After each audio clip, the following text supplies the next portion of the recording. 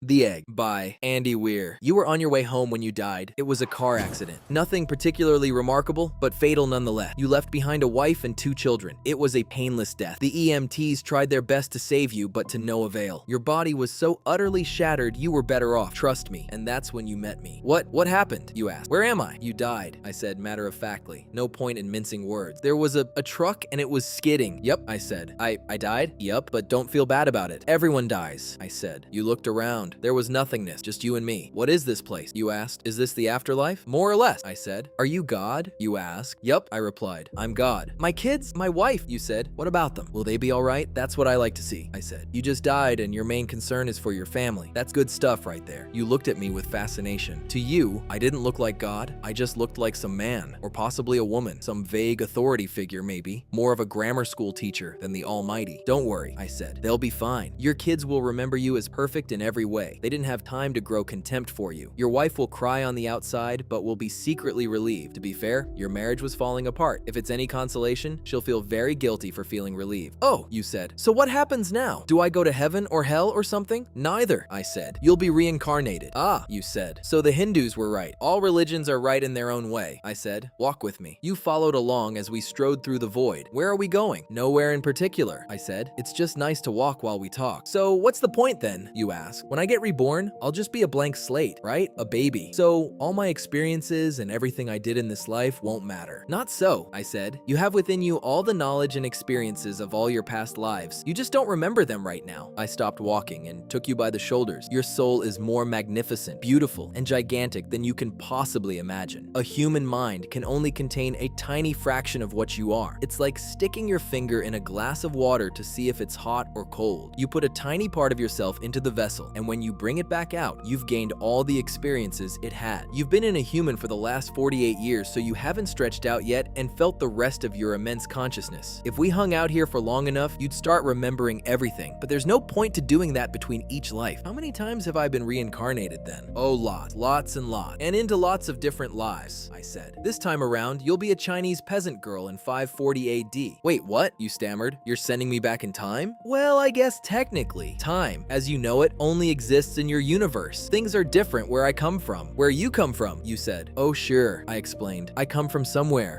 else, and there are others like me. I know you'll want to know what it's like there, but honestly, you wouldn't understand. Oh, you said, a little let down. But wait, if I get reincarnated to other places in time, I could have interacted with myself at some point. Sure, happens all the time. And with both lives only aware of their own lifespan, you don't even know it's happening. So what's the point of it all? Seriously? I asked. Seriously? You're asking me for the meaning of life? Isn't that a little stereotypical? Well, it's a reasonable question, you persisted. I looked you in the eye. The meaning of life, the reason I made this whole universe, is for you to mature. You mean mankind? You want us to mature? No, just you. I made this whole universe for you. With each new life, you grow and mature and become a larger and greater intellect. Just me? What about everyone else? There is no one else, I said. In this universe, there's just you and me. You stared blankly at me. But all the people on Earth, all you, different incarnations of you. Wait, I'm everyone? Now you're getting it, I said, with a congratulatory slap on the back. I'm every human being who ever lived, or who will ever live. Yeah, I'm Abraham Lincoln, and you're John Wilkes Booth too, I added. I'm Hitler, you said, appalled, and you're the millions he killed. I'm Jesus, and you're everyone who followed him. You fell silent. Every time you victimized someone, I said, you were victimizing yourself. Every act of kindness you've done to yourself. Every happy and sad moment ever experienced by any human was, or will be, experienced by you. You thought for a long time. Why? You asked me. Why do all this? Because someday you will become like me, because that's what you are. You're one of my kind. You're my child. Whoa, you said, incredulous. You mean I'm a god? No, not yet. You're a fetus. You're still growing. Once you've lived every human life throughout all time, you will have grown enough to be born. So the whole universe, you said, it's just an egg, I answered. Now it's time for you to move on to your next life, and I sent you on your way.